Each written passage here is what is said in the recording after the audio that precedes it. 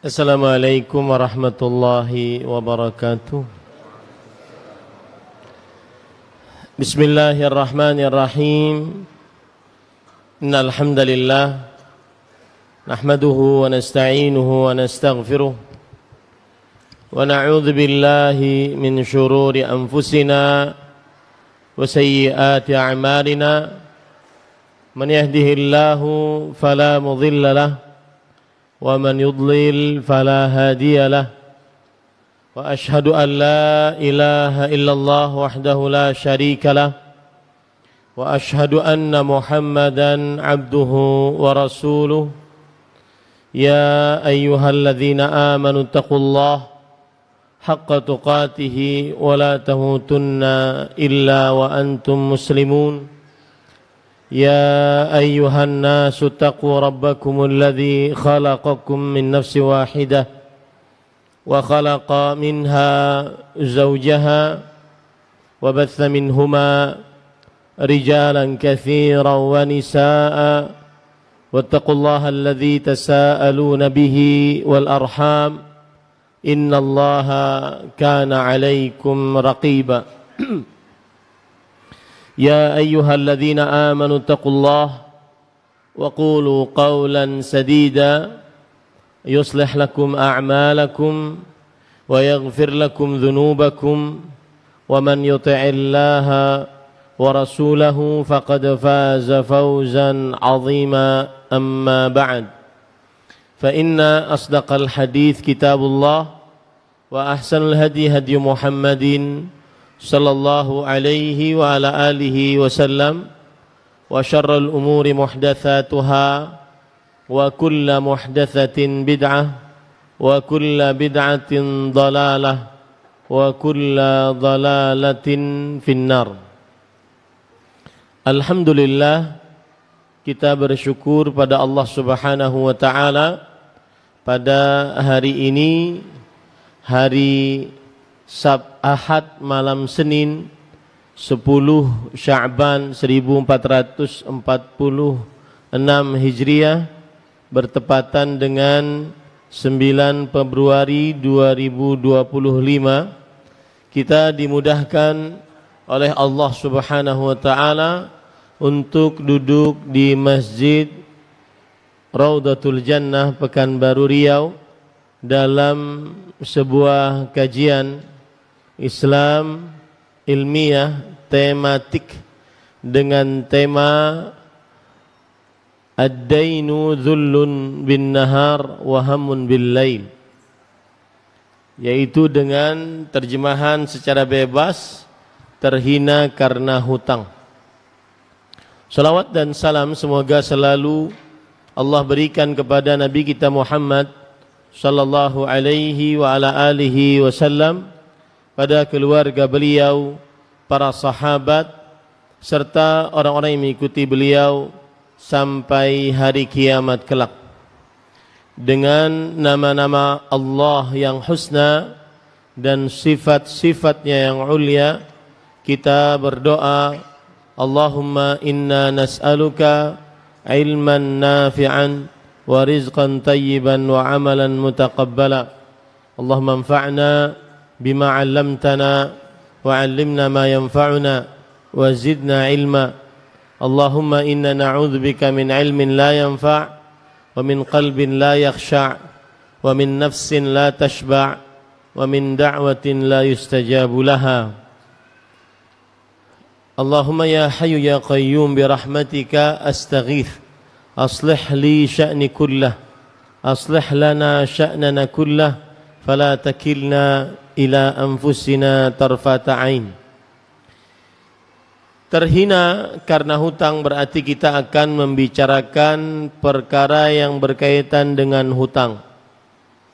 Dan tema ini penting dikarenakan ada hubungannya dengan hukukul adamiyyin, ada hubungannya dengan perkara muamalah hak antar sesama manusia.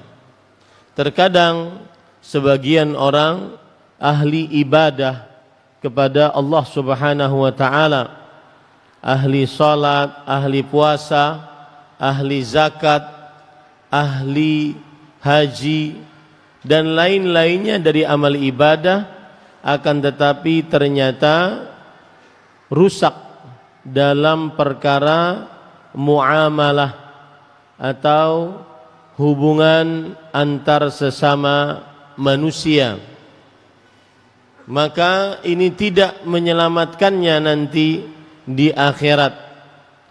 Bahkan ada perkataan menarik dari Abdullah bin Mas'ud radhiyallahu anhu, beliau berkata, wailun liman ghalabat wahadatuhu asharatuhu, liman ghalabat wahadatuhu asharatihi, yang artinya celaka bagi seorang yang melakukan sebuah dosa, satu dosa, tetapi menghancurkan berlipat-lipat pahala amal salehnya. Mungkin dia mengerjakan amal saleh yang berpahalanya berlipat-lipat. Satu huruf dari Al-Quran senilai dengan 10 pahala amal saleh. Satu sedekah senilai dengan dikali 7 dikali 100. Tetapi pahala-pahala itu semua hancur dengan satu dosa. Wailun liman ghalabat wahadatuhu asharatihi. Celaka bagi siapa yang satu dosanya menghancurkan pahalanya yang berlipat-lipat. Salah satu pahala atau salah satu amalan yang menghancurkan pahala yang berlipat-lipat adalah hukuk bainan nas, yaitu tanggungan-tanggungan yang masih ada di antara manusia. Padahal kalau kita lihat sistem pencatatan amal saleh di dalam agama Islam yang dibuat oleh Allah Subhanahu wa taala, maka akan menjadikan seorang hamba sebesar apapun dosanya, selain kesyirikan, kemunafikan akbar, kekufuran, maka pasti pahalanya lebih banyak dibandingkan dosanya.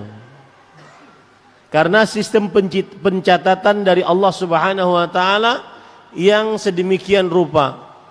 Rasul sallallahu alaihi wasallam bersabda, innallaha katabal hasanat was sayyiat. Sesungguhnya Allah Subhanahu wa taala menulis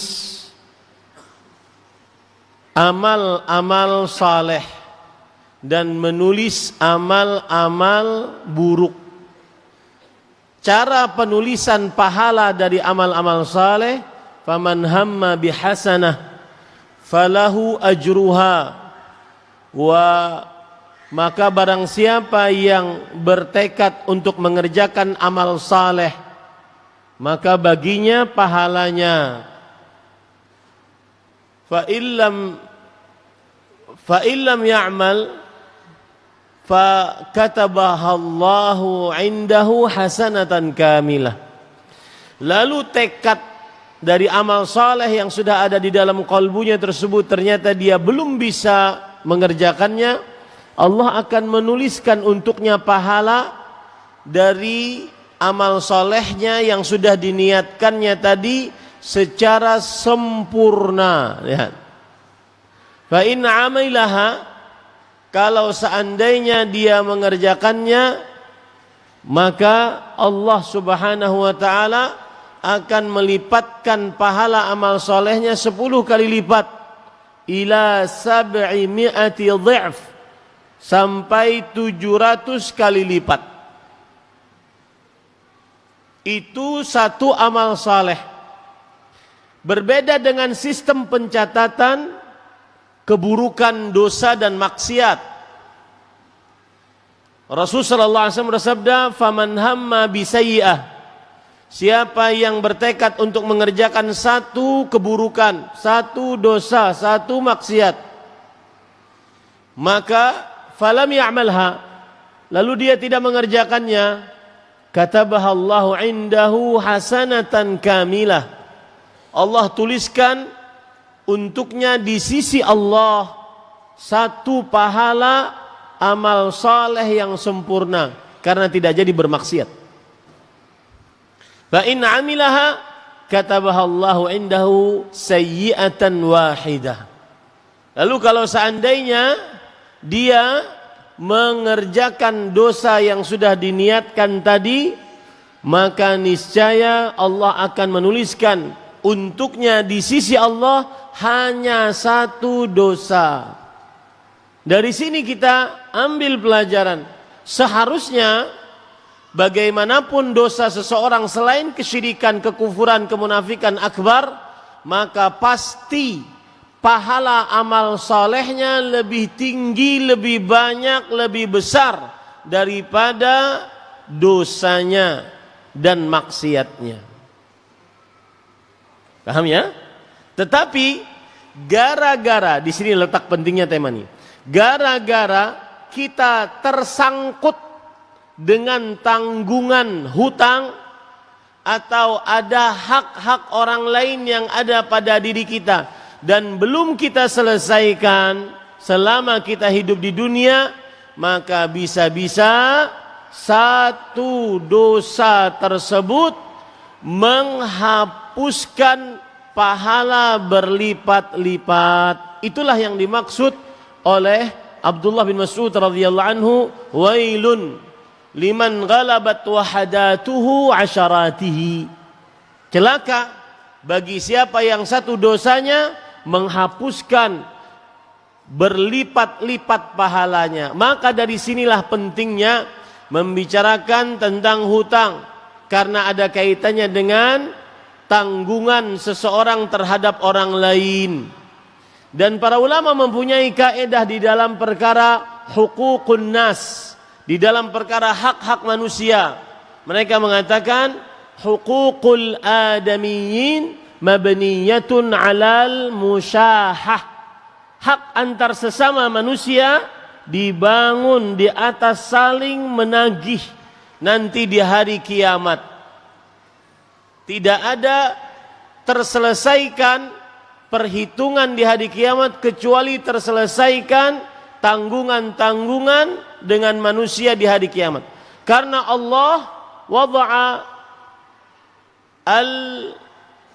al-mizan al-qist, karena Allah meletakkan timbangan yang adil di hari kiamat. Pemandangan dalam timbangan di hari kiamat adalah keadilan yang mutlak tanpa kezaliman sedikit pun. Keadilan yang mutlak tanpa kezaliman sedikit pun. Maka hati-hati dengan hutang, tanggungan, harta orang lain yang ada pada kita, belum dimintai halal, belum dikembalikan. Jangan-jangan itu penghapus pahala. Karena di akhirat tidak ada bayar dengan uang, perak, emas, dolar, rial, tidak ada. Bayarnya adalah dengan pahala. Itu kalau masih mempunyai pahala. Kalau tidak punya pahala, bayarnya dengan menanggung dosa orang lain yang dizalimi. Di sini letak pentingnya tema ini.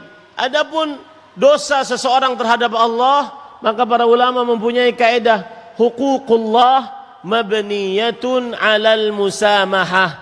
Hak Allah dibangun di atas permaafan, penerimaan taubat oleh Allah dari hamba-hambanya. Allah Maha Pengampun, Allah Maha Penyayang. Ada cerita menarik. Seorang A'rabi bertanya kepada Abdullah bin Abbas radhiyallahu anhuma. Kata Arabi tersebut, man sayuhasibuna yaumal qiyamah. Siapa yang akan menghisap kita kelak di hari kiamat? Kemudian kata Abdullah bin Abbas, turjumanul Quran, ahli tafsir di generasi sahabat, Allah sayuhasibuna, Allah yang akan menghisap kita nanti di hari kiamat. Kemudian kata orang A'rabi tersebut, Allah yuhasibuna, benarkah Allah yang akan menghisap kita? Iya, Allah yang akan menghisap kita. Lalu dengan kepolosannya dan kecerdasannya yang tersembunyi, seorang A'rabi, orang Arab dari kampung tadi mengatakan, fuzna wa rabbil Ka'bah idza kana Allahu hasibuna.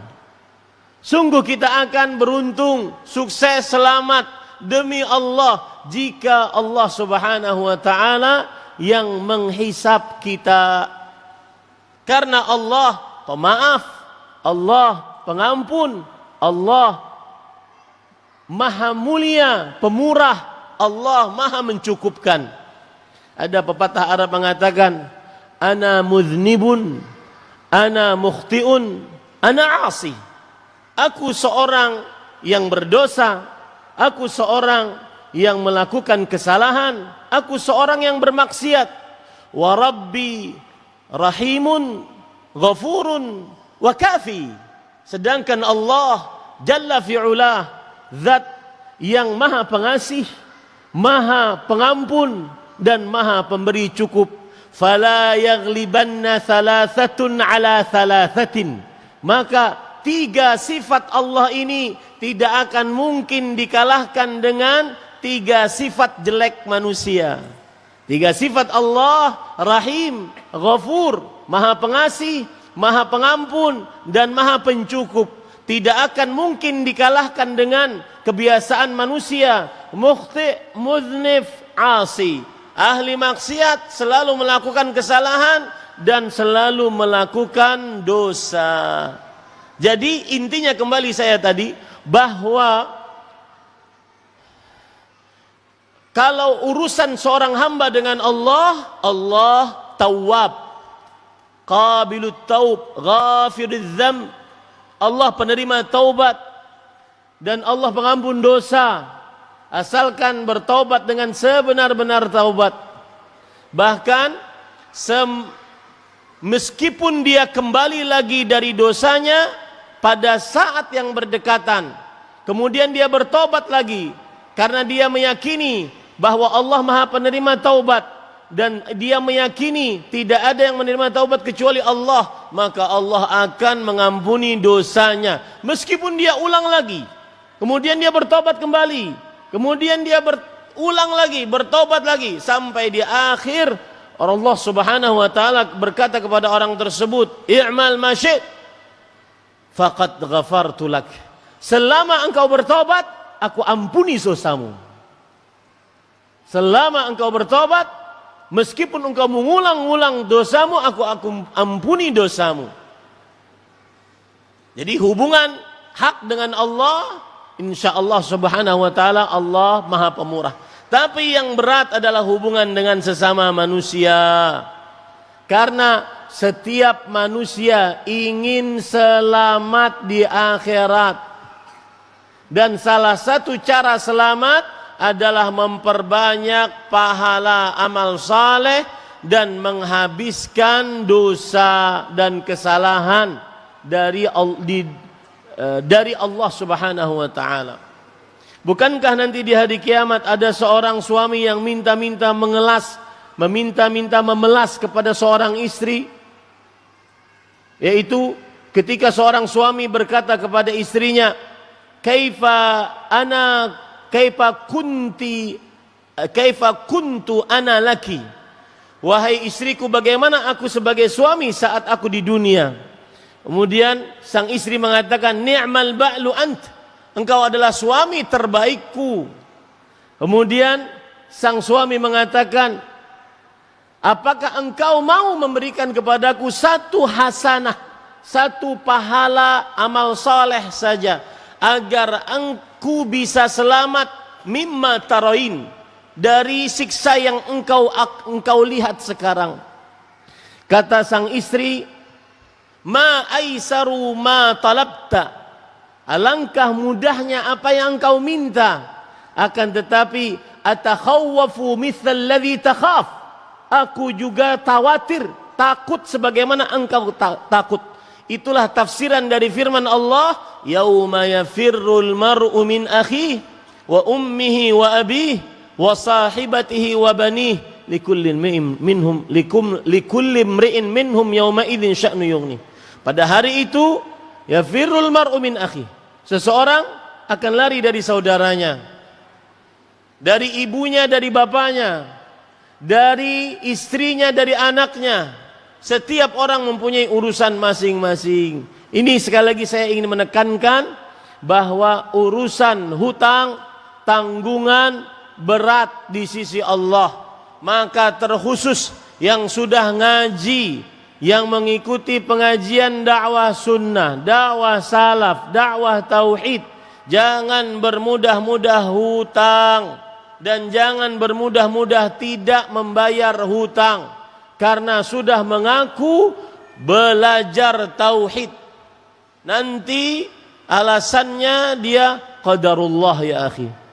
Nggak bisa. Qadarullah, dikit-dikit qadarullah. Bayar. Jangan qadarullah. Bayar. Ya, bayar. Kita tidak menafikan takdir Allah semuanya, tapi harus ada tekad untuk bayar. Apalagi nanti jawabannya, kapan mau bayar? Afwan akhi. Password ini, miftah sir.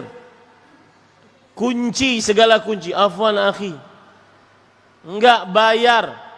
Karena ini sudah tersebar. Ustadz, kami malas untuk berurusan dengan orang-orang yang sudah ngaji.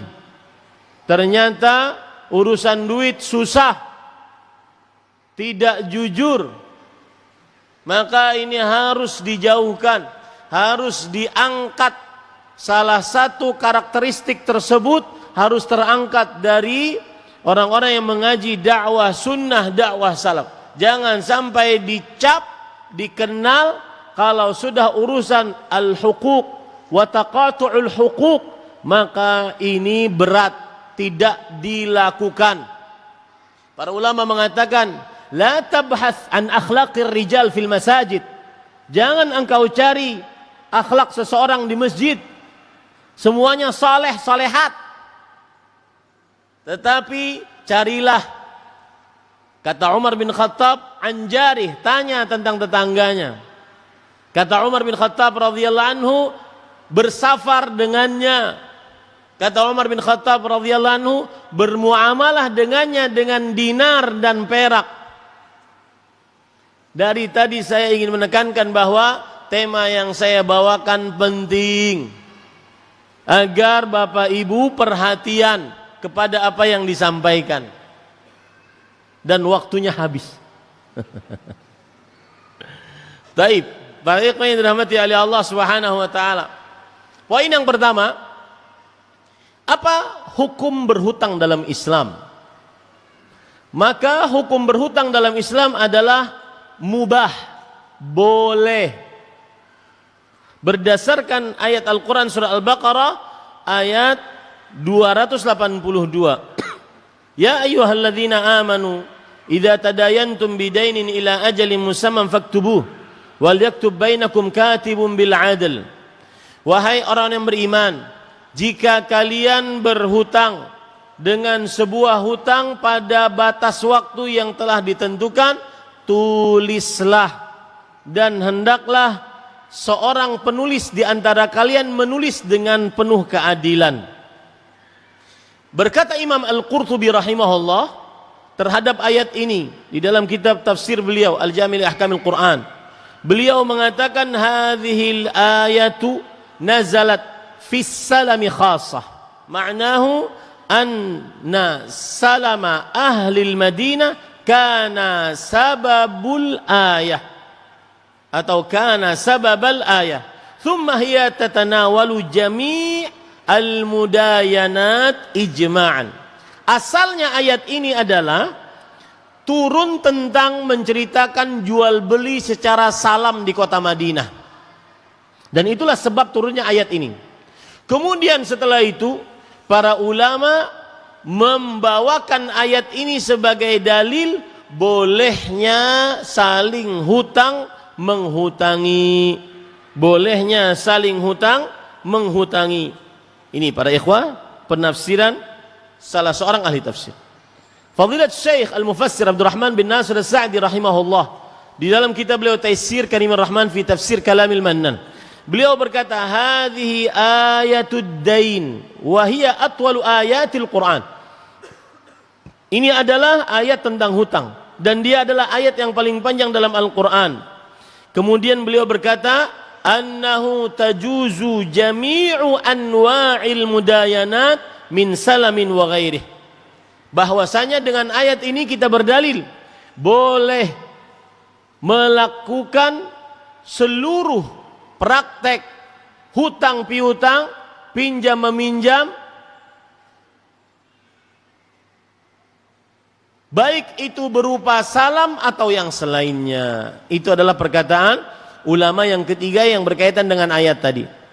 Fadilat Syekh Al-Allamah Faqihul Ummah Imam Ibn Utsaimin rahimahullah, beliau berkata, min fawaidil ayah, termasuk dari faedah ayat ini adalah jawazud dain, bolehnya berhutang. Jadi para ikhwah, intinya boleh berhutang di dalam agama Islam. Lalu Ustadz, mengapa temamu terhina karena hutang? Padahal dia boleh dalam agama Islam.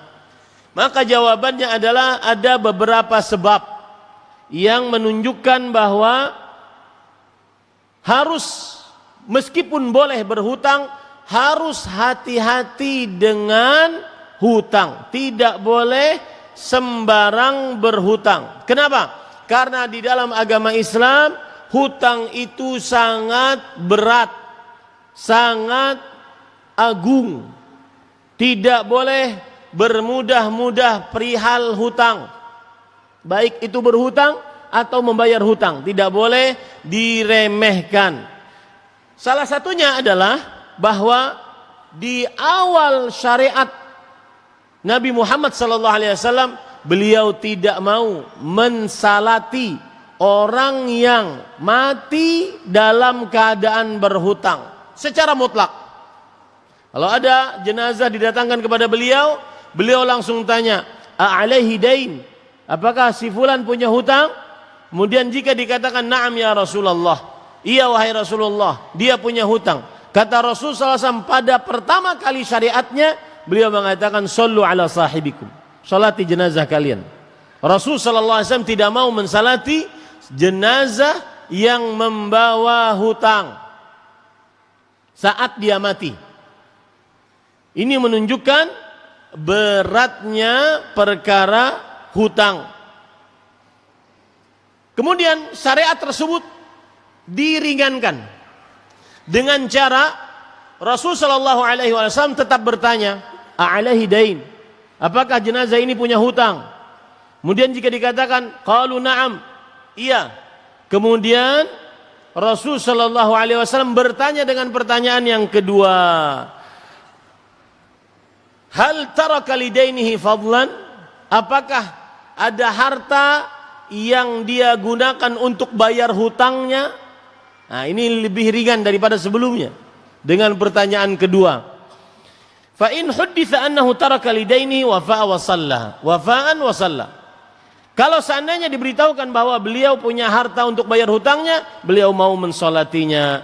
Kalau tidak, beliau tetap mengatakan sallu ala sahibikum, salatlah, salati jenazah kalian.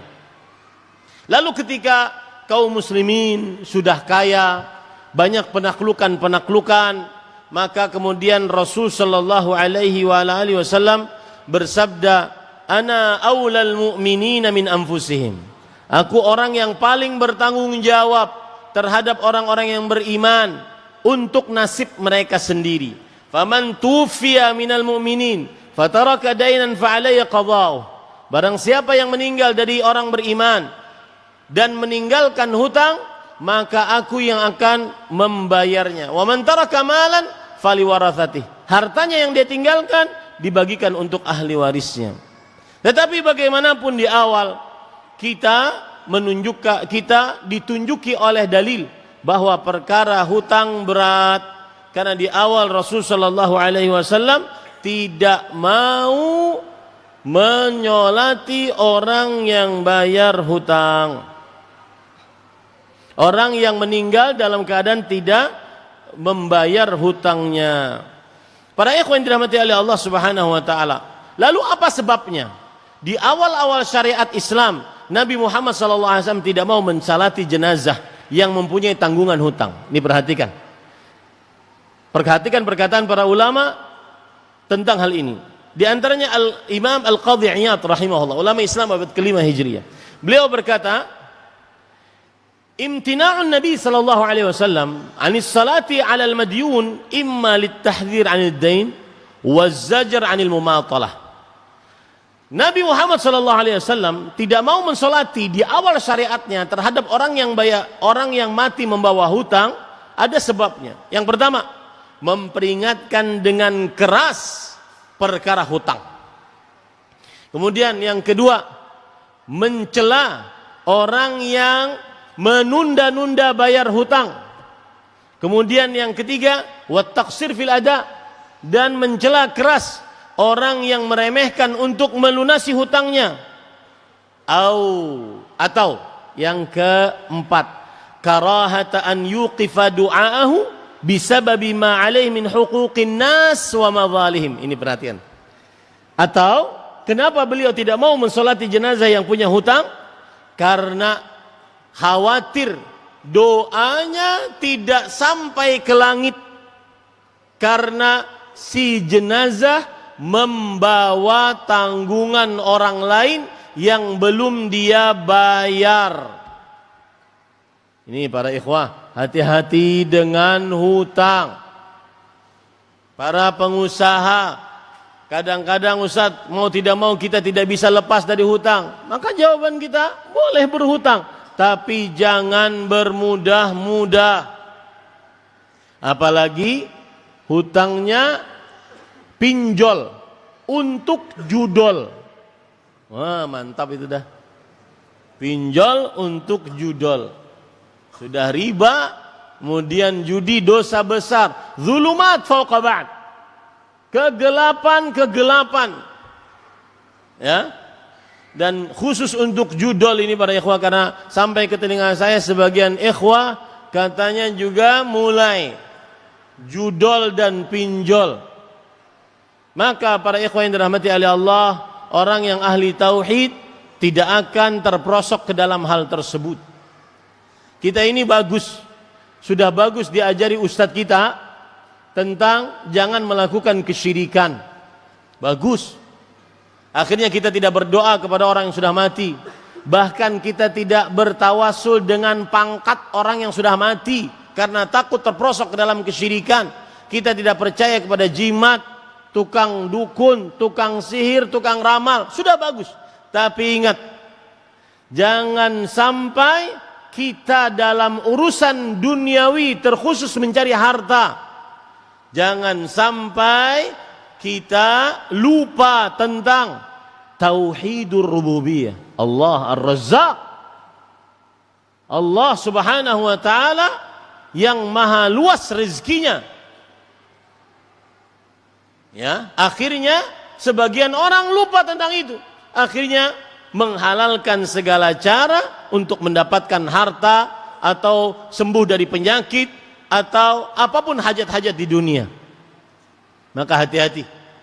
Dan ini juga nasihat saya bagi para ustadz, agar mengingatkan umat tentang bukan hanya jauh dari syirik akbar, berdoa kepada selain Allah, tetapi juga harus ada amalan qalbu yang dikuatkan, yang berkaitan dengan tauhid yang diyakini, yaitu wa 'alallah fatawakkalu in kuntum mu'minin. Dan hanya kepada Allah hendaklah kalian bertawakal jika kalian benar-benar orang yang beriman. Kita yang meyakini Allah maha memiliki rububiyah, pantang untuk menghalalkan segala cara demi hanya sebuah harta. Bahkan para ikhwah, hati-hati nih, sedikit keluar dari tema, mencari harta dengan cara yang haram, bahkan kadang-kadang gara-gara warisan terputus rahim. Saya berpesan yang ngaji sama saya malam ini, jika masih ada yang marah-marahan kemudian memutuskan rahim gara-gara harta warisan, maka minta halallah di malam ini juga. Perhatikan perkataan Fadilat Syekh Al-Allamah Al-Imam Baqiyat min Ulama'is Salaf, Dr. Saleh Fauzan hafizahullah. Beliau mengatakan, bahkan sampai perkataannya saya hafal. Beliau mengatakan saking pentingnya, kata beliau, sayandamul insan amma qaribin hina intaqala minad darid dunya ila daril akhirah. Seorang manusia sebentar lagi akan menyesal ketika dia berpindah dari kehidupan dunia kepada kehidupan akhirat. Kenapa menyesal? Fawajada annal mal alladhi at'aba nafsahu min ajlih la yahmiluhu ma'ahu syai' illa kafanuh. Ternyata dia mendapati harta yang dia berjuang keras untuk mendapatkannya selama ini di dunia. Senggol sana, bunuh sana, putuskan rahim sana demi dapat harta. Ternyata tidak dia bawa saat dia mati kecuali cuma 2 kain kafannya. Apakah makul, masuk akal, hanya karena 2 kain kafan seorang 5 tahun tidak pernah bersalaman dengan saudara kandung gara-gara harta waris? Apakah masuk akal mau seseorang amal solehnya tidak diterima oleh Allah Subhanahu wa ta'ala gara-gara cuma bertengkar, memutuskan rahim gara-gara harta waris yang dia tidak bawa sama sekali, cuma 2 kain kafan? Kemudian beliau mengatakan, al-insan kharaja ila dunya wa huwa uryan laisa ma'ahu syai'. Seorang manusia keluar ke dunia ini dalam keadaan telanjang, tidak membawa apa-apa. Wa kharaja minha laisa ma'ahu syai' illa kafanuh. Dan dia akan keluar dari dunia ini juga dalam keadaan tidak membawa apa-apa kecuali cuma 2 kain kafannya. Perhatikan para ikhwan yang dirahmati oleh Allah Subhanahu wa ta'ala. Kembali ke kita permasalahan tadi, bahwa salah satu penyebab mengapa di awal-awal Rasul sallallahu alaihi wasallam tidak mensolati orang yang mati mempunyai hutang, karena takut doa beliau tidak naik ke atas langit akibat si jenazah ini punya tanggungan hutang, kezaliman terhadap orang lain. Kemudian perkara hutang yang kedua, perkara agungnya hutang yang kedua, bahwa Rasulullah sallallahu alaihi wasallam minta perlindungan kepada Allah agar tidak terlilit hutang. Agar tidak terlilit hutang. Hal ini sebagaimana dalam hadis riwayat Bukhari dari Amr bin Abi Amr, beliau bercerita, aku mendengar Anas bin Malik radhiyallahu anhu bercerita, Rasulullah sallallahu alaihi wasallam bersabda, Allahumma inni a'udzubika minal hammi wal ajzi wal kasal wal jubni wal bukhl wa dhala'id dain wa ghalabatir rijal. Ya Allah, sesungguhnya aku mohon kepada Engkau dari rasa gelisah, berlindung darimu dari rasa gelisah, rasa sedih, lemah, malas, pengecut, bakhil, dan terlilit hutang, serta dikalahkan musuh. Bahkan para ikhwan yang dirahmati oleh Allah Subhanahu wa ta'ala, dalam hadis riwayat Imam Bukhari yang lain, Aisyah radhiyallahu anha sering mendengar Rasul sallallahu alaihi wasallam bersabda, berdoa. Dan ingat, ada faedah menarik sedikit keluar dari tema. Doa di dalam salat lebih afdal daripada berdoa di luar salat. Dan ini adalah pendapat Syekhul Islam Ibnu Taimiyah rahimahullah. Maka perbanyaklah doa di dalam salatmu. Dan ini yang dilakukan oleh Rasul sallallahu alaihi wasallam. Beliau berkata kepada Aisyah radhiyallahu anha, aku mendoakan untuk umatku di dalam setiap salatku dengan doa, Allahumma ighfir li ummati ma taqaddamat wa ma ta'akhkharat wa ma asarrat wa ma a'lanat. Subhanallah. Ya Allah, ampuni dosa umatku, dosa yang terdahulu dan yang akan datang, dosa yang nampak ataupun yang tersembunyi. Siapa yang mendoakan? Rasulullah sallallahu alaihi wasallam. Maka doa di dalam salat lebih afdal daripada doa di luar salat. Rasul sallallahu alaihi wasallam, beliau diceritakan oleh Aisyah radhiyallahu anha, kana yad'u fi shalah, kana yad'u. Kana fi'il madhi naqis, yad'u adalah fi'il mudhari'. Apabila digabungkan dalam jarak yang berdekatan menunjukkan kepada tikrar wal kathrah wa al-muawadah, banyak, sering diulang-ulang. Beliau sering berdoa, kemudian dengan doa apa? Allahumma, hafal ini Pak, yang ingin terlepas dari hutang, hafal ini. Allahumma inni a'udzubika minal ma'tham wal maghram. Allahumma inni a'udzubika minal ma'tham wal maghram. Lalu ada orang bertanya kepada Rasulullah SAW, mungkin mendengar beliau saat sholat membaca doa itu terus menerus. Orang tersebut bertanya, ma aktsara ma tasta'idzu ya Rasulullah minal maghram. Wahai Rasulullah, sering sekali engkau meminta perlindungan dari terlilit hutang. Mengapa? Apa sebabnya? Perhatikan baik-baik. Ini yang saya katakan, jangan mudah berhutang dan jangan mudah-mudah meremehkan untuk bayar hutang. Beliau bersabda, innar rajul idza gharim haddatsa fakadzab wa wa'ada fa akhlaf. Orang itu kalau sudah terlilit hutang pasti antara dua hal. Kalau ngomong pasti dusta. Kalau janji pasti ingkar janji. Ada cerita intermezzo, seorang ayah meminta kepada anaknya, kalau nanti ada telepon, bilang ayah nggak ada. Datang telepon. Kemudian yang telepon mengatakan, "Dek, mana ayahnya?" Kata ayah nggak ada. Dusta, bohong, ingkar janji. Dan ingat, dua sifat ini sifat apa? Dusta, bohong, dan ingkar janji. Sifat apa, Pak? Sifat munafik amali.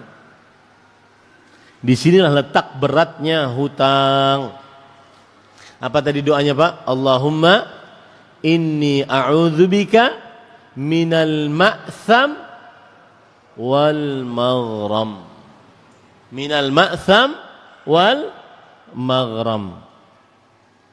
Kemudian para ikhwan yang dirahmati oleh Allah Subhanahu wa taala, makanya Imam Al-Aini rahimahullah di dalam kitab beliau Umdatul Qari Syarh Sahih Bukhari, beliau mengatakan fihi basya'atud dain wa shiddatuh wa ta'diyatud da'ini ila irtikabil kadhibi wal khalafi fil wa'd alladzaini huma min sifatil munafiqin. Di dalam hadis tadi menunjukkan buruknya hutang dan beratnya, serta menyebabkan seseorang berhutang. Seseorang yang berhutang melakukan dusta, ingkar janji, yang keduanya adalah merupakan sifat dari orang-orang munafik. Hati-hati berhutang ya Bapak Ibu, saudara-saudari yang dimuliakan oleh Allah Subhanahu wa taala.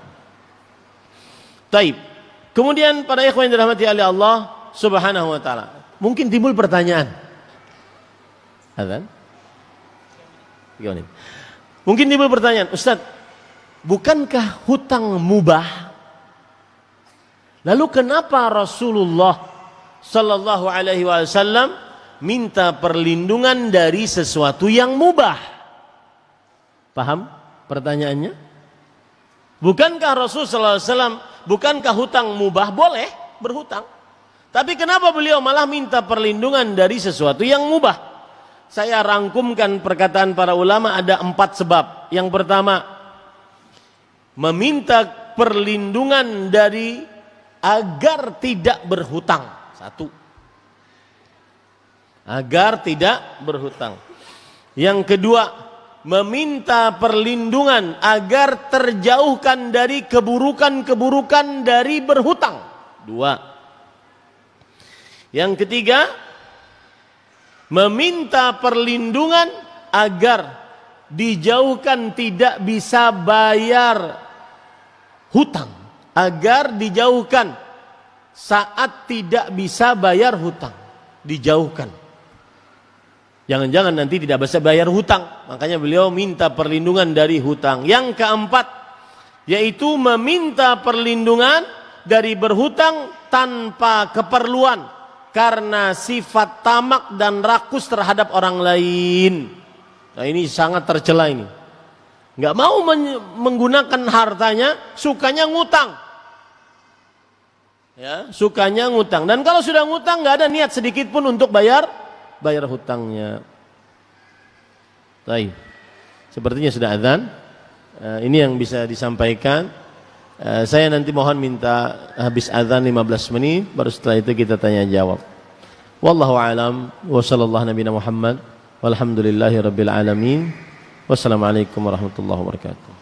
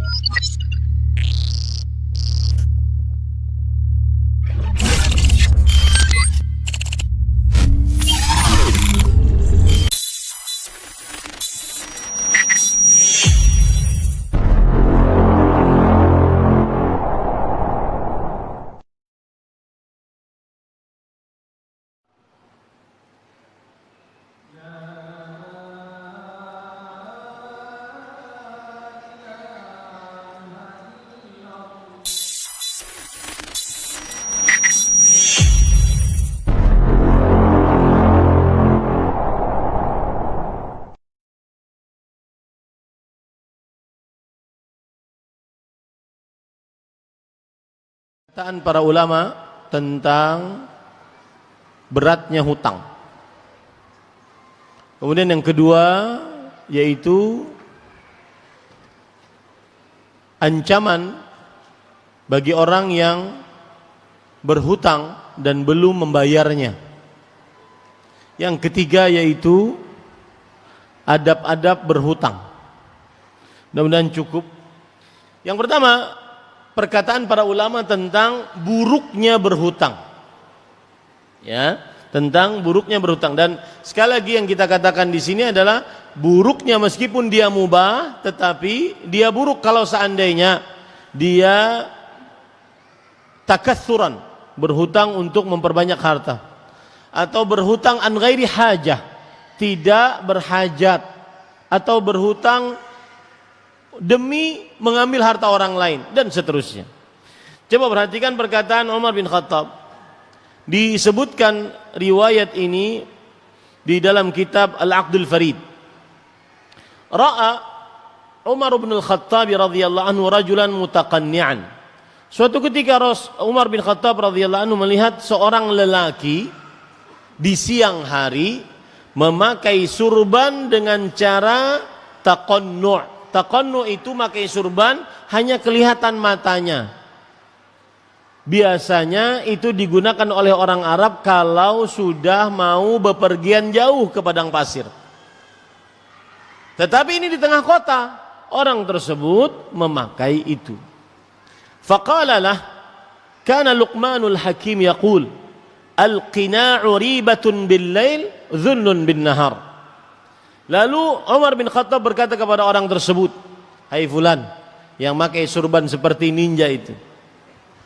Dulu Luqman al-Hakim, seorang hamba saleh yang disebutkan namanya dalam Al-Quran, mengatakan memakai surban dengan seperti ini adalah disangka maling di malam hari dan disangka menyembunyikan aib di siang hari.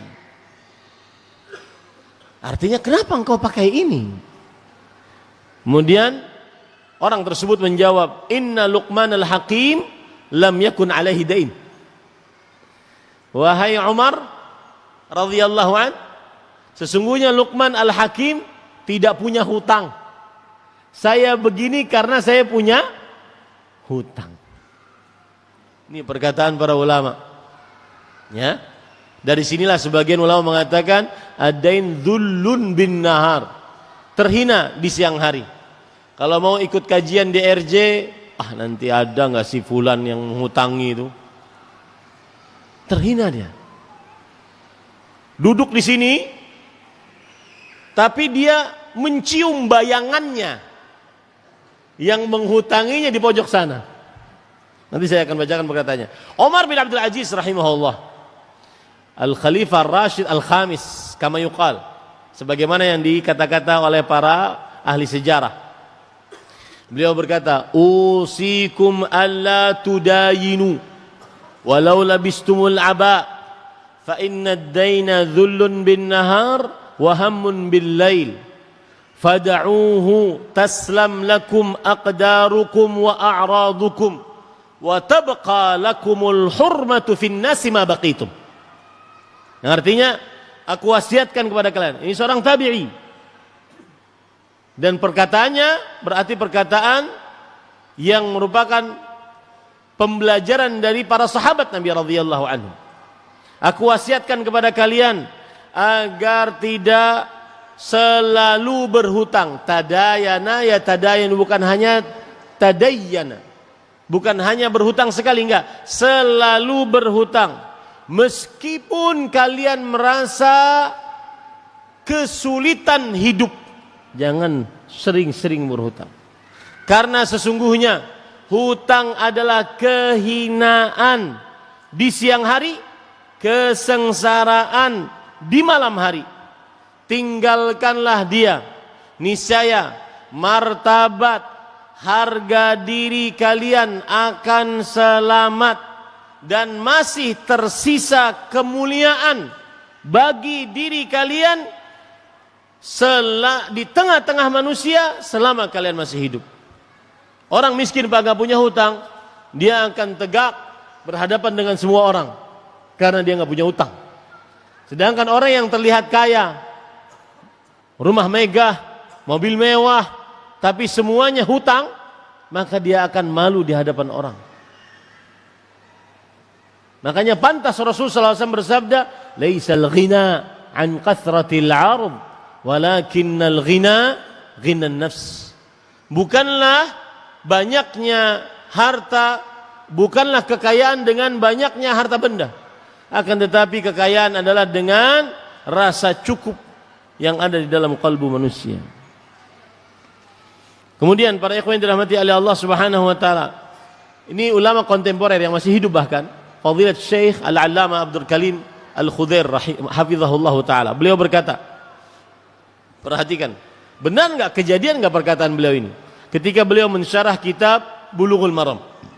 Beliau berkata, "Wala syak, tidak diragukan lagi, anna ad-dain kama yaqulu ahlul ilm dhullun bin nahar wa hammun bil lail." Sebagaimana yang dikatakan oleh para ulama bahwa hutang adalah tercela di siang hari dan gelisah di malam hari. Hatta qala ba'dhum, bahkan sebagian ulama berkata, annahu ma dakhala fi ad-dainu fi qalbi rajul illa kharaja min aqlihi biqadri ma la ya'udu ilaih. Yang artinya, tidaklah perkara hutang masuk ke dalam perasaan seorang hamba kecuali berkurang juga akal sehat hamba tersebut sebesar hutang yang masuk ke dalam perasaannya. Semakin besar jutanya, semakin banyak hilang akal sehatnya. Ya. Kemudian para ikhwan yang dirahmati oleh Allah, beliau mengatakan, ad-dain dhullun bila syak. Hutang adalah kehinaan tanpa keraguan. Wad-dainu sahibun ma'rufun alaik. Ini yang saya katakan tadi. Orang yang menghutangimu adalah orang yang paling kamu kenal. Seperti misalkan, bapak punya hutang Kemudian yang menghutangi di pojok sana, bahkan di luar. Ada kecium bau-baunya. Orang yang paling dia kenal orang yang menghutanginya. Wadda'in sahibun ma'rufun alaik. Walau, kemudian nih hinanya juga. Walau rafa'a sautahu alaik lau adzaka ma ahadun yalumuh. Kalau seandainya menghutangimu, ngangkat suaranya kepadamu, menyakitimu karena kamu tidak bayar hutang, maka tidak ada seorang pun yang akan mencelaknya. Ta'ridu nafsaka lil ihana. Gara-gara hutang engkau meletakkan dirimu dalam kehinaan. Ta'ridu nafsaka ahyanan lil hijr. Gara-gara hutang engkau meletakkan dirimu dalam keadaan kondisi tidak bisa menguasai keuanganmu sendiri karena dikuasai oleh pemerintah agar kamu bisa bayar hutang. Wa ta'ridu nafsaka ahyanan lis-sijni wat-ta'dib famithlu hadzal insan fi ghunyatin anhu wallahul musta'an. Gara-gara hutang kamu meletakkan dirimu kadang-kadang di penjara atau diberikan hukuman. Maka orang seperti ini tidak bermanfaat. Semoga Allah Subhanahu wa taala menolong kita. Hati-hati para ikhwah yang dirahmati oleh Allah Subhanahu wa taala. Baik. Apa ancaman bagi orang yang meremehkan bayar hutang? Ancaman, tidak mau bayar hutang karena dia meremehkannya. Satu, seorang yang berhutang dan mati di atas hutangnya ditahan dari masuk surga sampai menyelesaikan urusannya. Ditahan dari masuk surga sampai menyelesaikan urusannya. Sebuah hadis riwayat Imam Ahmad dari Samurah bin Jundab radhiyallahu an, bahwa beliau bercerita, kita pernah bersama Rasul sallallahu alaihi wasallam dalam seorang jenazah. Kemudian Rasul sallallahu alaihi wasallam bertanya, "Ahahuna min bani fulani ahad?" Adakah keluarga jenazah ini? Ditanya 3 kali nggak ada yang bangun. Adakah keluarga jenazah ini? Lalu kemudian setelah itu ada orang berkata, "Saya ya wa Rasulullah sallallahu alaihi wasallam." Kemudian setelah itu Rasul SAW bersabda, "Kenapa engkau tidak bangun dari pertama? Saya panggil." Kemudian beliau mengatakan, "Mata inna fulanan mata innahu maisurun bidainihi." Si fulan keluargamu ini meninggal dan dia terpenjara akibat hutangnya. Terpenjara akibat hutangnya. Fadilat Syekh Muhaddithul Madinah Al-Allamah Abdul Muhsin bin Hamad Al-Abbad hafizahullah ta'ala, beliau mengatakan yang dimaksud maisurun bidainihi adalah tertahan, terpenjara dengan sebab hutangnya, mahbusun an dukhul jannah. Akibat hutangnya tertahan masuk surganya Allah Subhanahu wa ta'ala. Itu dalil bahwa orang yang mati dalam membawa hutang tidak bayar tertahan dari masuk surga sampai dia melunasi hutangnya. Oke para ikhwah, yang nipu-nipu hak-hak orang yang nipu, saya punya teman ada rugi 1,7 M dibawa orang, dia bisa lari di dunia, tapi pengadilan akhirat tidak akan pernah bisa lewat dari dirinya, tidak akan pernah lewat. Lihat lagi Rasul sallallahu alaihi wasallam bersabda dalam hadis riwayat Imam Ahmad, "Man faraqar ruhu al-jasada wa huwa bari'un min thalathin al-kibri wal ghululi wad dain fahuwa fil jannah aw wajabat lahul jannah." Barang siapa yang ketika ruhnya berpisah dengan jasadnya, artinya pas mati, dan dia terlepas dari 3 hal: dosa kesombongan, dosa mengambil harta rampasan perang tanpa sebelum dibagikan, dosa hutang yang belum dibayar. Maka orang kalau terlepas dari 3 ini ketika dia mati, maka dia di dalam surga atau wajib baginya masuk surga. Pemahaman baliknya, yang punya hutang mati di atas hutang ditahan dari masuk surganya Allah Subhanahu wa ta'ala. Dalam hadis yang lain riwayat Imam Tirmidzi, Rasulullah sallallahu alaihi wasallam bersabda, nafsul mu'min mu'allaqatun bidaini hatta yuqda an. Jiwa orang beriman tergantung dengan sebab hutangnya, tidak naik ke atas langit sampai dilunasi hutangnya.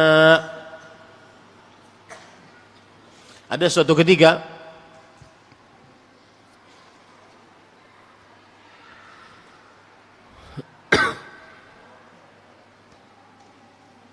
seorang meninggal di hadapan kepada Rasulullah SAW. Kemudian Rasulullah SAW seperti biasa bertanya, punya hutang enggak? Kemudian kata para sahabat, iya. Kemudian siapa yang mau melunasi hutangnya? Kemudian kata seorang sahabat, huma alayya ya Rasulullah. Hutangnya 2 dinar. 2 dinar tersebut saya bayarnya wahai Rasulullah. Kemudian setelah itu disolatkanlah jenazah tersebut, dikubur. Besoknya Rasulullah SAW bertanya kepada orang tersebut yang menjamin hutangnya tadi, ma fa'alat dinaran, apa yang sudah dikerjakan oleh 2 dinar, sudah dibayarkan belum? Kata orang tersebut, mata ams, baru meninggal kemarin wahai Rasulullah SAW, nanti saya bayar. Maka setelah dibayar, Rasulullah sallallahu alaihi wasallam bersabda, al-ana baradat jilduh, sekarang baru dingin kulitnya di alam barzah. Berarti selama belum dibayar, diapakan Pak? Dibakar dengan api kulitnya. Dan itu adalah siksa di dalam kubur. Berat para ikhwah, jangan bermudah-mudah. Itu yang pertama.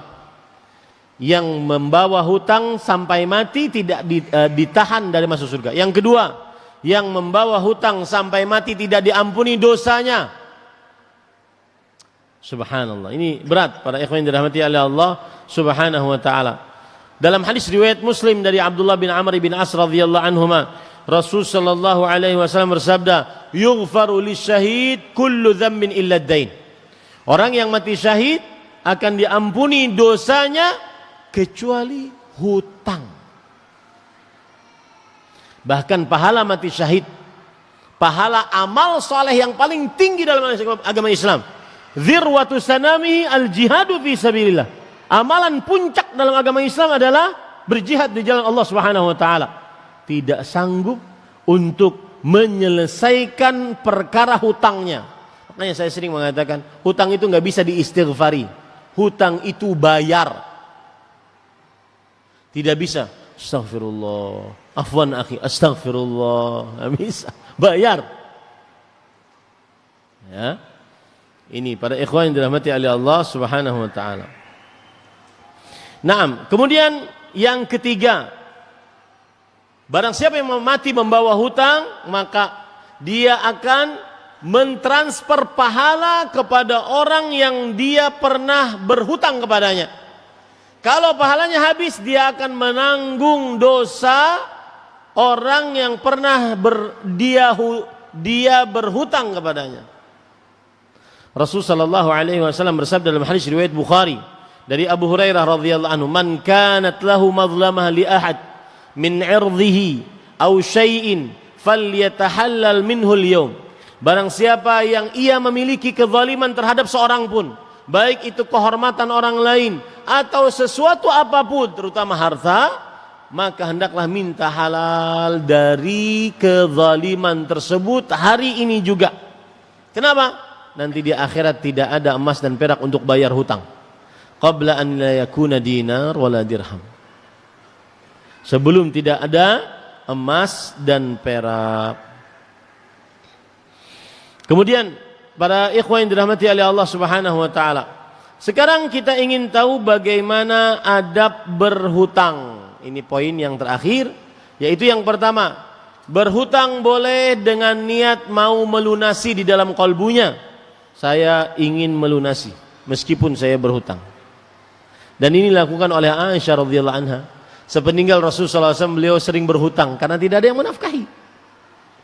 Maka kemudian Aisyah radhiyallahu anha dikatakan oleh Muhammad ibn Ali radhiyallahu anhu, kanat Aisyah tudayin, faqila laha ma laki walidain. Aisyah sering berhutang. Lalu beliau ditanya, kenapa engkau sering berhutang wahai Aisyah? Kata Aisyah radhiyallahu anha, ma min 'abdin kanat lahu niyyatun fi ada'i dainihi illa kana lahu minallahi azza wa jalla aunun. Lihat, tidaklah seorang hamba mempunyai niat untuk melunasi hutangnya, melainkan Allah akan menolongnya untuk hamba tersebut agar bisa melunasi hutangnya. Ini adab yang pertama saat berhutang. Kemudian adab yang kedua, kalau sudah punya bayar, untuk bisa bayar hutang maka segera melunasi hutang. Jangan ditunda-tunda. Jangan ditunda-tunda.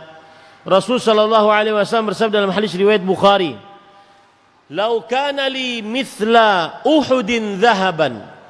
Kalau seandainya aku memiliki seperti gunung Uhud emas, ma yasurruni an la yamurra alayya thalath wa indi minhu syai' illa syai'un ursiduhu lidain.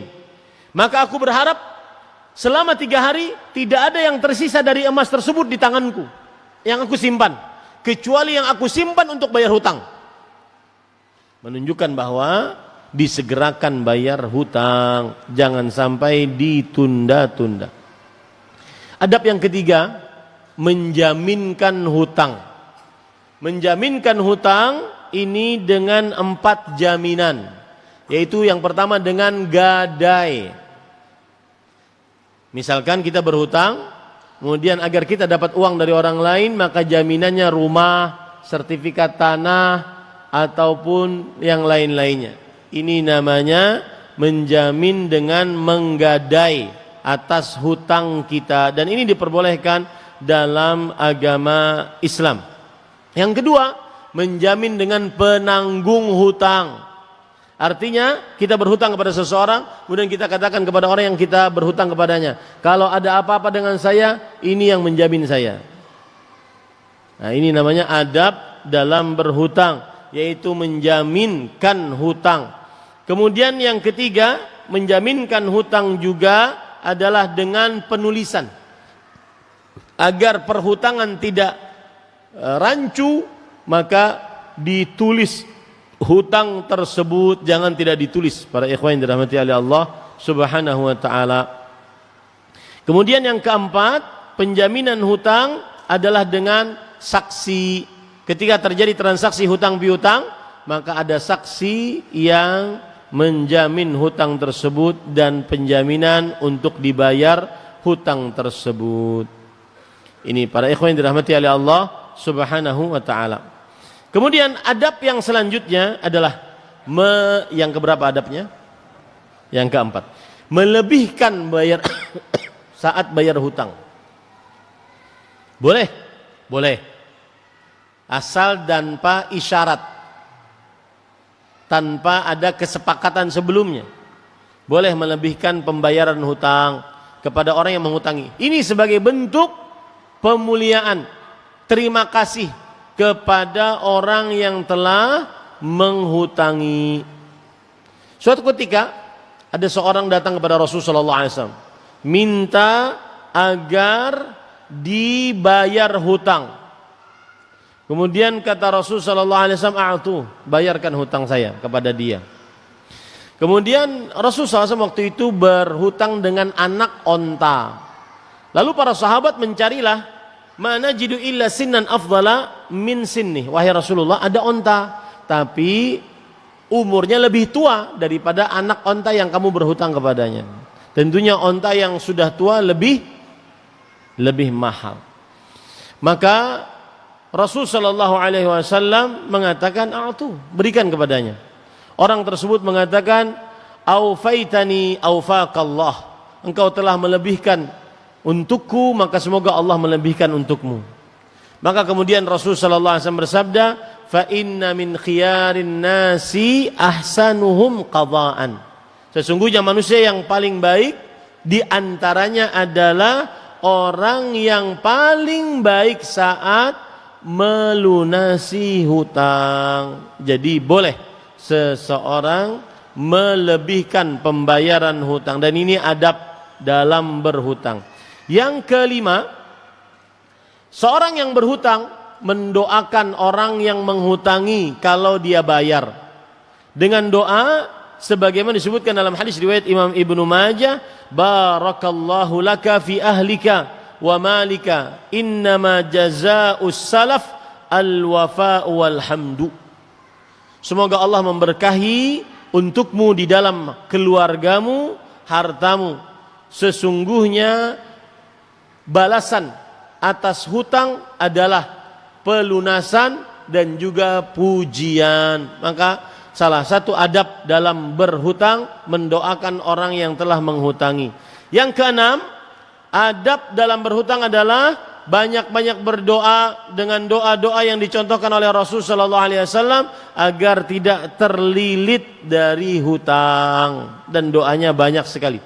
Antum silahkan cek ya. Salah satu doanya yang saya katakan tadi, Allahumma inni a'udzubika minal ma'tham wal maghram. Ya Allah, aku berlindung denganmu dari dosa dan terlilit hutang. Terakhir, para ikhwan yang dirahmati oleh Allah, ketika kita membicarakan seperti ini, bukan berarti kita tidak kasihan kepada kaum muslimin yang berhutang. Karena saya sering mendapati, ya kadang-kadang terlihat juga komentar-komentar orang ya. Maka saya sering mengatakan, Ustadz ini cuma bisa ngajarin orang agar jangan berhutang. Coba dia miskin, mudahan dia miskin. Komennya tuh subhanallah di zaman sekarang tuh jadi benar-benar perkataan Fadilat Syekh Profesor Abdul Razak bin Abdul Muhsin, beliau mengatakan, saya tidak pernah melihat sebuah masa yang para ahli ilmu agamanya direndahkan kecuali di masa ini. Hasaba ilmi, kata beliau. Antum tahu sebabnya apa? Sebabnya di zaman sekarang orang mudah nuntut ilmu. Tinggal tanya ChatGPT, selesai. Antum cari kajian saya tadi keluar. Atau jangan-jangan Ustaz ngambil dari ChatGPT? Enggak, enak aja saya baca. Ya. Maka oleh sebab itulah sampai anak-anak di zaman sekarang, yang kata para ahli psikolog, anak-anak generasi alfa yang orang tuanya generasi Z, nah itu lengkap sudah tuh. Ya. Maka mereka sangat meremehkan ilmu. Dan hasilnya sangat meremehkan ahli ilmu agama terutama. Karena apa-apa tinggal klik dapat, tinggal ketik dapat. Tidak tahu kalau seandainya orang dulu duduk bersimpuh lama, puluhan tahun, belasan tahun, hanya dapat untuk satu hadis, dua hadis kadang-kadang dalam pertemuan, satu pertemuan. Bertahun-tahun dia duduk. Hanya bisa nyetor satu halaman kadang-kadang kepada syekh dari hafalan Al-Quran. Bertahun-tahun. Gak ada perjuangan. Gak ada fighter. Survive bagi orang-orang di zaman sekarang. Maka hati-hati. Fenomena ini saya keluar dari tema hati-hati. Tetaplah menghormati para ulama, ahli agama yang mereka mengajari ilmu agama setelah mereka belajar dengan maksimal, memberikan petunjuk. Hati-hati, karena di zaman sekarang mengolok-olok ahli ilmu agama sudah menjadi kebiasaan. Di antaranya perkara hutang. Ya, karena sebagian orang mengatakan, oh Ustadz ini cuma bisa ceramah, tercela hutang, tercela hutang. Coba dia ngerasain hutang, lihat. Ya akhi, terima dengan lapang dada, jauhi hutang. Itu nasihat. Jangan bermudah-mudah berhutang. Khawatir nanti menjadi orang munafik. Adapun, lalu Ustaz bagaimana kita cari modal untuk usaha? Maka jawabannya mudah sebenarnya. Dan itu bukan tugas kita sebenarnya. Ya, jawabannya, tapi saya akan jawab. Jawabannya mudah. Kalau ingin nyari modal, cari sampingnya. Si fulan nanya sampingnya. Fulan, ada modal enggak? Langsung si fulan yang di sampingnya. Ente siapa? Berarti urusannya harus kenal dulu. Kalau sudah kenal, percaya enggak? Berarti urusannya membangun kepercayaan. Dan ini yang saya masih ingat nasihat guru saya Al-Ustaz Al-Fadhil Dr. Muhammad Arifin Badri hafizahullah, bahwa sebenarnya cara mencari modal dalam Islam sangat mudah. Bangun kepercayaan agar orang percaya kepada kita, kemudian dia akan dapat modal dengan mudahnya. Nggak perlu dengan leasing, badan keuangan yang ribawi, apalagi pinjol untuk judol. Judol itu Pak, kata para kawan-kawan, menang ketagihan, kalah penasaran. Katanya, saya belum pernah juga sih. Ya. Wallahu a'lam. Taib. Bagaimana cara taubat dari hutang yang dulu ketika sekolah mengambil gorengan, namun yang dibayar hanya 2. Ngambil gorengan 5, namun yang dibayar hanya 2. Apakah jika bertemu dengan penjualnya harus mengaku dulu pernah melakukan tersebut? Iya. Iya, ngaku. Bang, ambo dulu ngambil 5 bang, bayar 2 bang. Gimana ceritanya? Kemudian si abangnya bertanya, mulai kapan itu? Mulai kelas 1 SMP sampai 3 SMA bang. Hitunglah kau tuh. Hah? Harus bayar. Karena itu harta orang, harus bayar. Cuma ada, kadang-kadang kalau seandainya kita jujur malah ribut. Nggak jadi taubat kita. Di penjara pula kita. Bagaimana caranya? Maka sebagian ulama boleh dengan minta halal secara umum. Bang, sini bang. Kita halal bang. Sampai kiamat ya bang. Kata si abang, iya halal. Alhamdulillah. Nggak usah sebutkan 5 gorengan ya tadi. Tapi ini bukan bermudah-mudah terhadap harta orang lain. Ini dilihat kalau seandainya maslahatnya. Kalau saya jujur ini bermasalah, maka akhirnya menyulitkan diri sendiri. Padahal Rasulullah SAW bersabda, la dharar wa la dirar. Tidak boleh membahayakan atau memberikan bahaya kepada orang lain. Wallahu alam. Bagaimana jika saudara bibi dari ayah yang memutuskan silaturahim dengan ayah dan saudara-saudara ayah yang lain? Apakah yang harus dilakukan Ustadz? Maka jawabannya adalah kita harus pelan-pelan, penuh dengan ketawaduan, santun kepada ayah kita agar menyambung hubungan rahim. Karena kalau seandainya ayah menyambung hubungan rahim, sedangkan si bibi memutuskan hubungan rahimnya, tetapi ayah tetap mau menyambung, maka Rasulullah SAW mengatakan, faka'annama tusiffuhumul mal. Seakan-akan kamu memberikan pasir panas kepada wajahnya. Maka tetaplah nasihati sang ayah agar menyambung hubungan rahim meskipun sang bibi memutuskannya. Itu urusan bibi nanti di akhirat di hadapan Allah Subhanahu wa taala. Wallahu alam. Bagaimana jika kakak atau adik keluarga yang berhutang dan kita mengetahui kondisi mereka, apakah tetap berlaku juga kaidah hutang yang saling tagih menagih di hari kiamat kelak? Maka jawabannya, kalau yang dimaksud dari pertanyaan ini adalah si adik berhutang kepada kakak, kakak berhutang kepada adik yang lain atau yang semisalnya, iya, semua akan diminta pertanggungjawaban sebelum ada permintaan halal. Semuanya akan diminta pertanggungjawaban. Bahkan begini, kalau ada orang berhutang, kemudian dia ingin bayar, ternyata orang yang menghutanginya dia tidak tahu kemana, anak bininya juga tidak tahu di mana.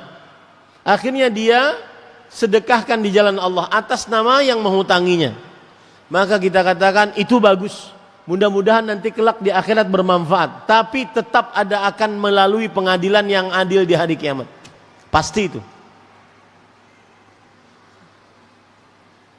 Wala yudhlamuna naqira. Mereka tidak akan dizalimi walaupun senakir, seperti biji kurma yang ada lubang di dalam biji kurma itu. Sekecil itu tidak akan pernah dizalimi di pengadilan akhirat. Semuanya akan menanggung apa yang dia lakukan. Bahkan ada pemandangan menarik di hari kiamat. Mudah-mudahan ini akhir zaman seperti ini, hati-hati, jangan sedikit-sedikit ya, karena sebagian orang itu terdidik dengan media sosial. Dulu kita tidak banyak berita atau tidak banyak terlihat di tengah jalan orang kelahi, karena media sosial mendidik, akhirnya kelahi di tengah jalan. Betul apa betul? Ya, dulu jarang orang seperti itu. Maka hati-hati, jangan pernah berurusan dengan darah orang lain. Kenapa para ikhwan dirahmati oleh Allah Subhanahu wa taala? Karena urusannya berat nanti di hari kiamat. Kalau seandainya dia bisa lepas, tapi nanti di akhirat dia akan didatangkan oleh Allah Subhanahu wa taala yang berbuat zalim dan yang terzalimi. Seperti misalkan ada hadis seorang yang terbunuh, dipenggal lehernya, dia akan di hari kiamat membawa kepalanya, kemudian minta kepada Allah Subhanahu wa taala agar yang membunuhnya didatangkan kepadanya. Kemudian dia berkata kepada Allah Subhanahu wa taala, "Ya Rabb, sal hadza fima qatalani." Wahai Allah, tanya orang ini, atas dasar apa dia membunuhku? Semuanya akan melalui pertanggungjawaban yang adil, pengadilan yang adil, maha adil di sisi Allah Subhanahu wa taala. Wallahu alam. Ustaz, saya punya warung, banyak pedagang yang menitipkan barang di warung saya dengan memberikan keuntungan beberapa persen kepada saya. Tapi seringkali ketika barangnya sudah habis terjual, lalu pedagang datang lagi, saya malah minus. Katakanlah terpakai oleh saya, lalu saya tangguhkan pembayarannya karena penjual sampai trip berikutnya. Di trip berikutnya saya cuma mampu membayar trip yang lalu saja. Mohon solusinya Ustaz, apakah ini termasuk hutang selama belum terlunasi ataukah ada hak saya untuk menangguhkan pembayaran? Jawabannya adalah, asal hukumnya yang menitipkan barang kepada kita, lalu ketika dia datang di sore hari atau besok harinya ternyata barangnya sudah habis, maka secara sistem syariat Islam dibangun di atas kejujuran. Berarti barangnya yang terlihat sudah tidak ada, berarti sudah ada yang membeli, berarti ada uangnya, dan uangnya yang memiliki, yang ada pada pemilik warung. Kalau tidak cukup, entah satu sebab, dua sebab dan lain hal, berarti dia harus bayar. Karena kenapa? Karena yang nahkumu bidzawahir, kita menghukumi secara lahiriah, apa yang terlihat kita bayar. Kalau belum dibayar berarti hutang. Kalau minta ditangguh boleh, hutang minta ditangguh boleh. Allah berfirman, wa in kana dzu usrah fanadhiratun ila maisarah. Jika sulit bayar hutang, maka nadhirah ila maisarah, maka tunggu sampai dia mudah untuk membayar hutangnya. Saya pernah memberi pinjaman kepada seseorang untuk ongkos tukang ke kampung halamannya pada Ramadan tahun lalu. Namun hingga detik ini beliau belum membayarnya. Saya sudah tagih dan mengirim kepadanya video-video dan poster nasihat kewajiban membayar hutang. Namun hanya di-read saja. Apakah saya harus terus menagihnya? Karena sejujurnya saya sudah mengikhlaskan dan melupakannya. Tapi karena tema kajian ini saya jadi teringat kembali. Sudah, relakan saja. Ya. Saya dapat faedah dari akhi fillah, Fadilat Al-Ustaz Dr. Firanda hafizahullah taala, Abu Abdul Muhsin. Beliau mengatakan, "Din, tahu enggak?" Kata beliau, menagih atau memaafkan di dunia lebih besar pahalanya dibandingkan menagih balas. Memaafkan di dunia lebih besar pahalanya dibandingkan menagih balas. Kenapa? Karena orang yang memaafkan tanggungan orang lain yang ada pada dirinya dijamin surga. Sedangkan orang yang masih menagih baik di dunia ataupun di akhirat, dan itu boleh, itu haknya, tidak terlarang menagih, hanya diampuni dosanya, hanya mendapatkan transferan pahala atau dihilangkan dosa, tapi tidak ada jaminan surga. Rasulullah SAW bersabda dalam hadis riwayat Bukhari, kana rajulun yudayinun nas, ada orang sering kana tajirun Bani Israel yudayinun nas, ada seorang saudagar kaya dari Bani Israel suka menghutangi orang lain. Fa idza ra'a mu'siran qala li fityanihi tajawaz anhu la'alla Allah an yatajawazana. Kalau seandainya dia melihat ada orang yang sulit bayar hutang, maka dia berkatakan kepada pegawainya, sudah maafkan saja orang tersebut, semoga Allah maafkan kita. Fa tajawazallahu anhu, maka Allah memaafkan dosa-dosa orang tersebut, masukkan ke dalam surganya Allah Subhanahu wa taala. Mungkin Bapak Ibu pernah juga saya ceritakan mungkin di masjid ini. Ada orang ingin bertemu dengan saya. Beliau ini usahanya jualan bensin di samping jalan. Tapi maksudnya adalah punya 25 pom bensin. Jualan bensin samping jalan. Dan beliau mengatakan, "Ustaz, boleh nggak minta waktunya?" "Boleh, Pak. Saya menghutangi orang. Boleh nggak saya nagih?" "Boleh, Pak." Rasulullah SAW saja ditagih oleh para sahabatnya, berarti boleh menagih. Tetapi kalau Bapak ingin yang lebih afdal, dihalalkan, ditunggu atau dihalalkan. Karena saya ingin beliau menghalalkan. Kalau seandainya beliau menghalalkan, saya dapat pahalanya. Al-mutasabbib kal mubashir.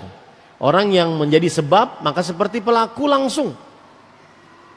Maka saya ingin mengompori beliau dalam kebaikan agar menghalalkan hutangnya.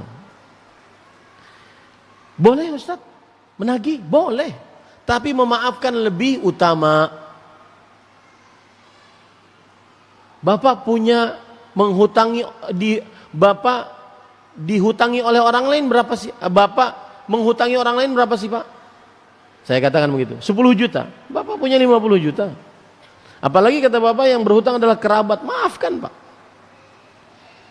Kemudian beliau mengatakan, hutangnya besar Ustaz. Walau besar, Pak, maafkan.